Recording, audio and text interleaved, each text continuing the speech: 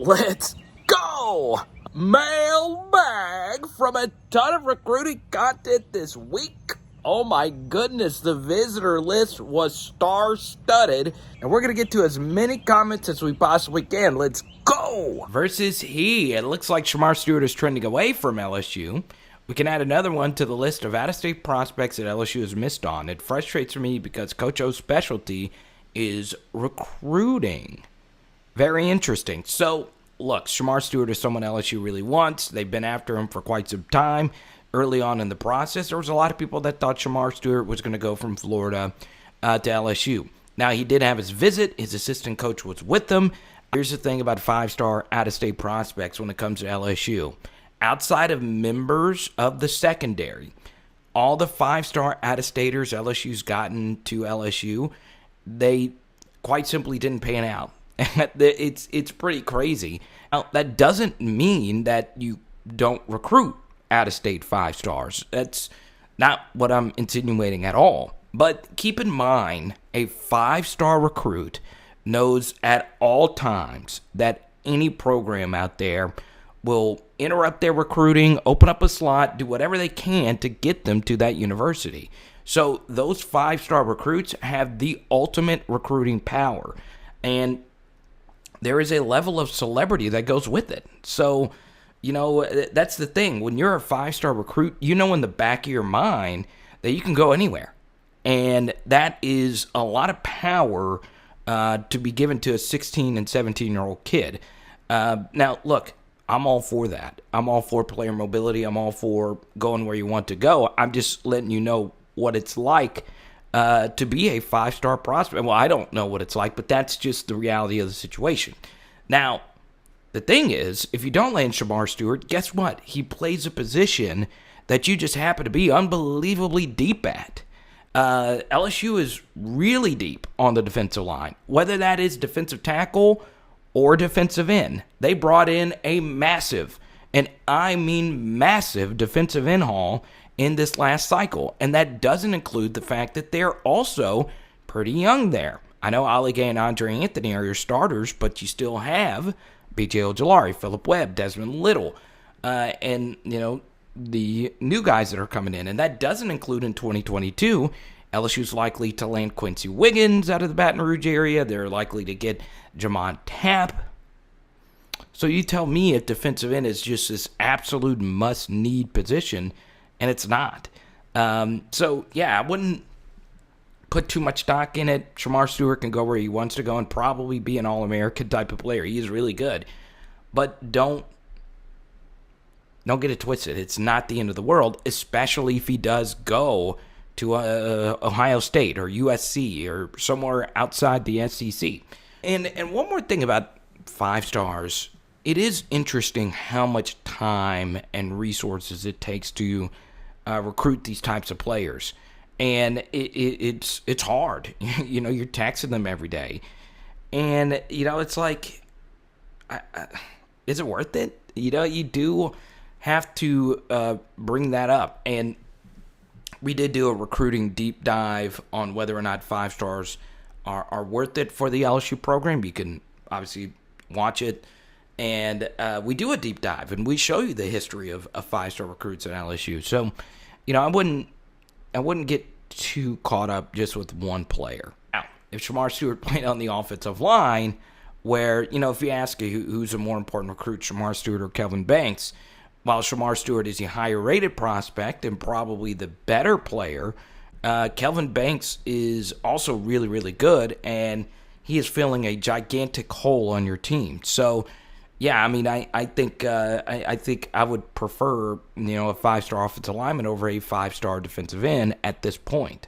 Oh, man, I saw Walker Howard at a small 7-on-7 this week, and if I had to give him a title, it would be receiver whisperer. Yeah, man, Walker Howard can make a lot of receivers look good with the way he throws the football. And PJ continues here.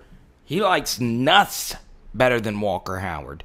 So the first thing is, it's obviously very early.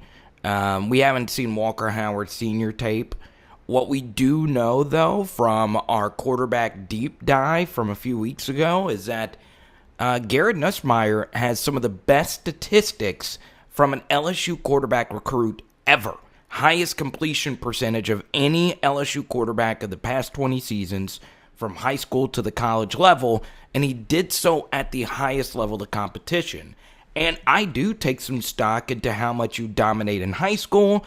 Well, guess what? Walker Howard also dominated in high school. And if you want to see that piece, I know I reference this piece a lot, but it is such a very important piece.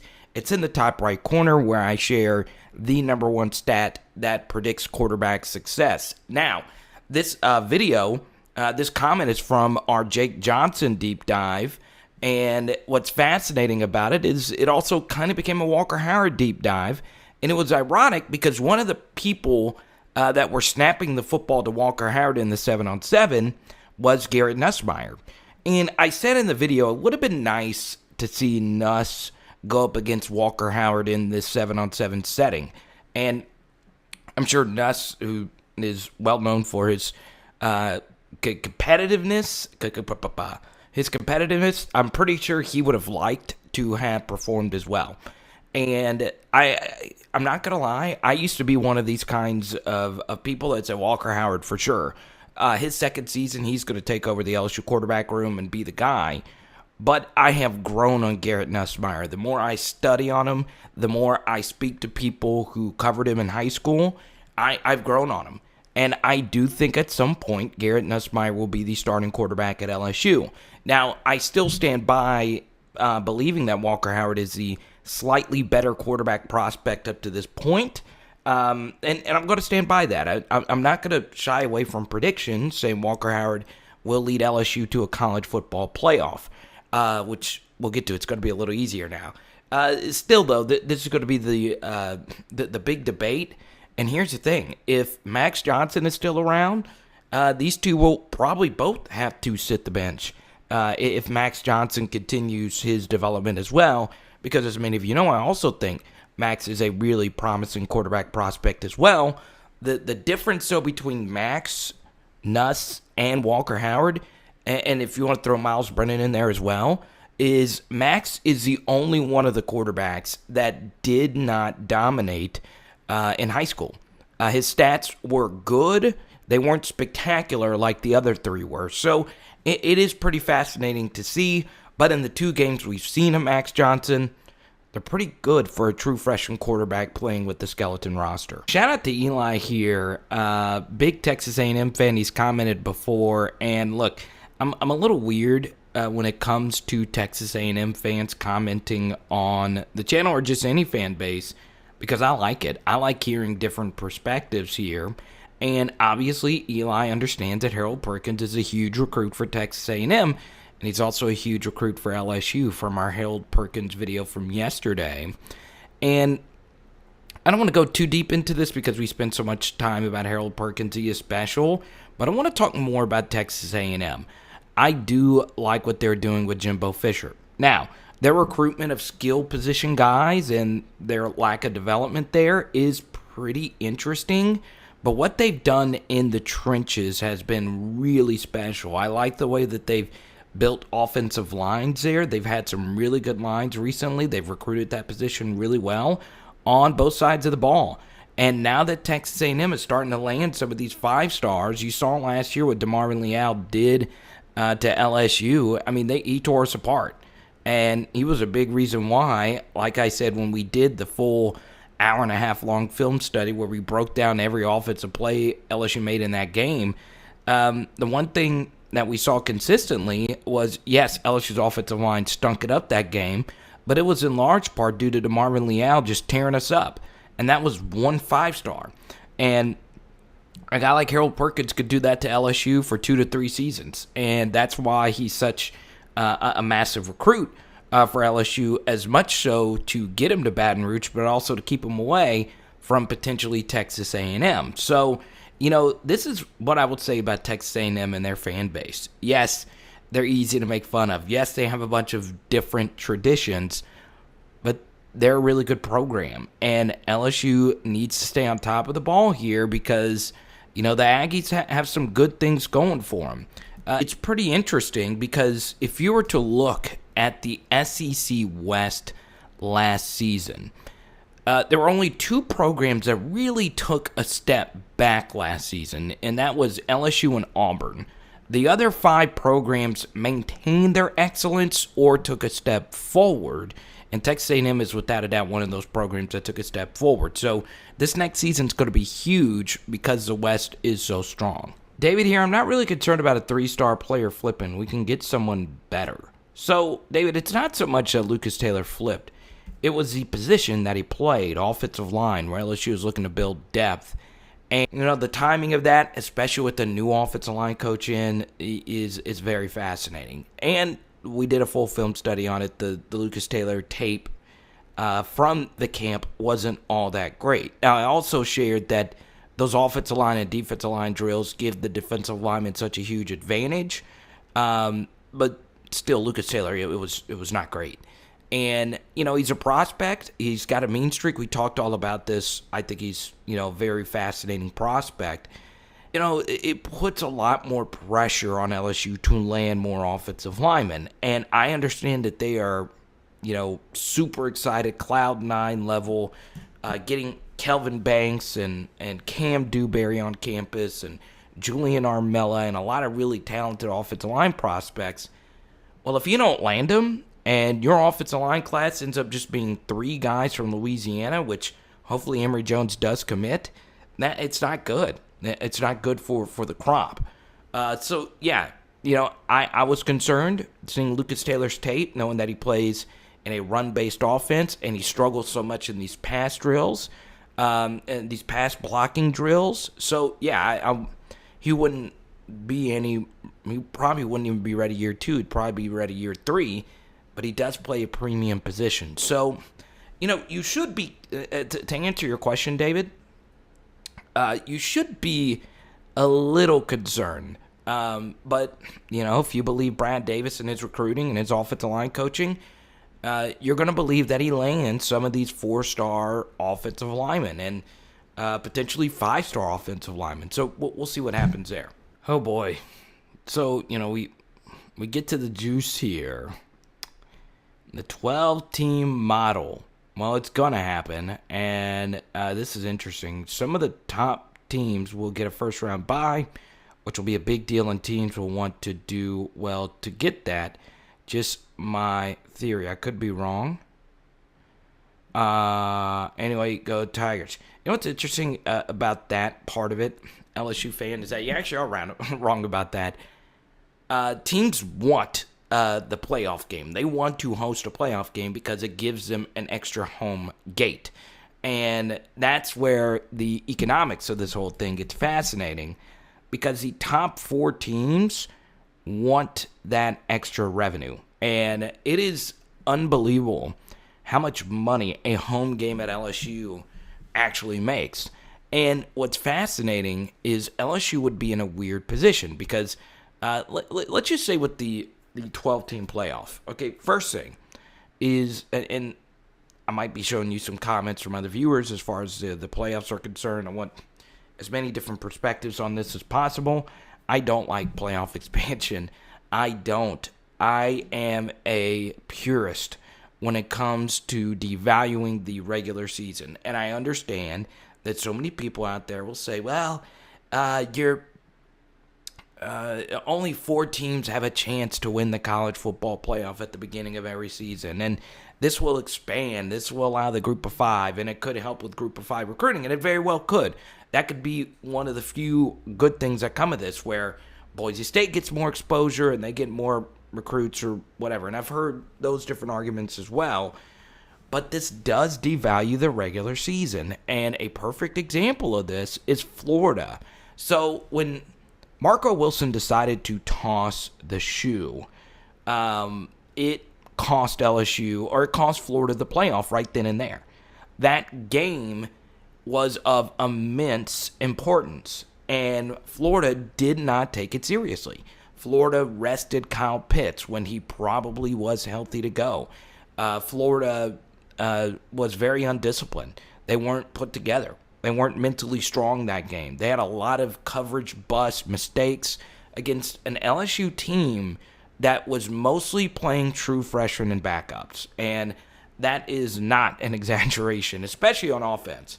So, yeah, that was a disaster for Florida to lose that game. And it's good that they were penalized for losing that game because they didn't take the game seriously. Now, if there was a 12-team playoff, Florida would have been justified resting a healthy Kyle Pitts to put all their eggs in the basket against Alabama. But here's the interesting thing. Florida still would have gotten into the playoff even if they would have lost to Alabama, which they did. They would have comfortably made the 12-team playoff. Now, tell me this. Is that a good thing for the sport? No. And I understand 2020 was crazy and there wasn't a lot of out-of-conference games, so it made everything all messed up or whatever. Still, you don't want teams to load manage, which is what teams are going to do. Because if you play more games and you, in theory, have to play 3 more playoff games, guess what? You go from playing, the 12-team schedule, and then you got the SEC championship. And let's just say you're Georgia and you get to the SEC championship and you lose that game. Guess what? You got 3 playoff games ahead of you. If Georgia made the SEC title game and they lost, they're probably with 1 or 2 losses still getting into the playoff. So now they're playing a 16-game season. So we're asking them to play an NFL season now. And, is that actually a good thing? I don't know. So, look, I understand. I did a radio show. I did some ESPN radio this week in South Carolina, and it was interesting to see how much support there was for the 8 or 12-team playoff. You don't want a devalued regular season. You want as many games to count, and you go. And I understand that middle tier programs are going to have better access. I think Cincinnati should have been in the Final Four. I think they should have been seeded number 3, not number 6 or 7 or wherever they were. So, yeah, I don't like this. I don't. I really don't. Because even with a 12-team playoff, this all but guarantees Alabama, Georgia, Clemson, Oklahoma, every season basically going to get in. And that sucks. It really, really does suck. So, go back to the biggest win of 2019 season for us was the Alabama game. That was the biggest win. And it wasn't just winning that game that meant so much to us. It was essentially knocking Alabama out of playoff contention just with that one win because of the way college football is shaping itself up. So, I'm sorry. I just can't get behind a 12-team playoff. Here's the thing. The college football playoff will still be entertaining, and I'm still going to watch because college football is my favorite thing. Don't get it twisted. I'm not going to do a boycott. It's just, to me, you're devaluing this really good regular season where each and every week is a playoff week, and it's a playoff game, and that's just, to me, what makes college football so special. But then again, some of my favorite leagues don't have playoffs. So, take the English Premier League in soccer. There is no playoff system, and it actually makes the structure of the sport better than what we have in American sports. And we can get into a philosophical debate about that, but it's true. And for those that happen to be EPL fans as well, you know what I'm talking about. And that's the thing. It's not so much college football playoffs expanding. Trust me, I understand the money. I understand that playoff games make way more money than regular season games and other bowl games. I totally get why the college football playoff is expanding. It's because of money, and there's no other reason. However, one more thing. I also understand that the college football playoff expanding will get Pac-12 teams more involved into the playoff, which will help grow the sport on the West Coast because the Pac-12, of course, has been so bad or not up to par in these last couple of years. So I totally get there's all these monetary outside benefits to the sport.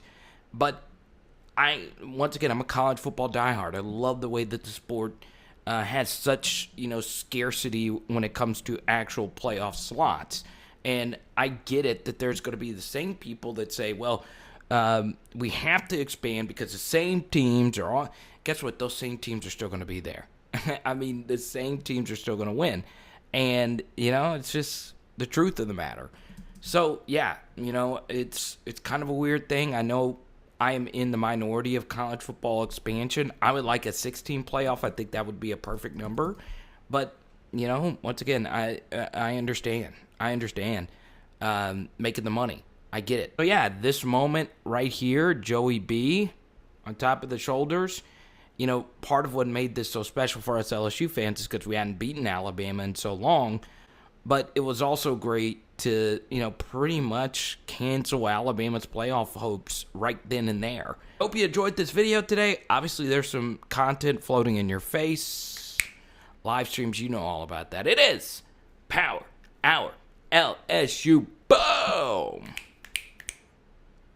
I think we're doing some salads tonight. Let's go.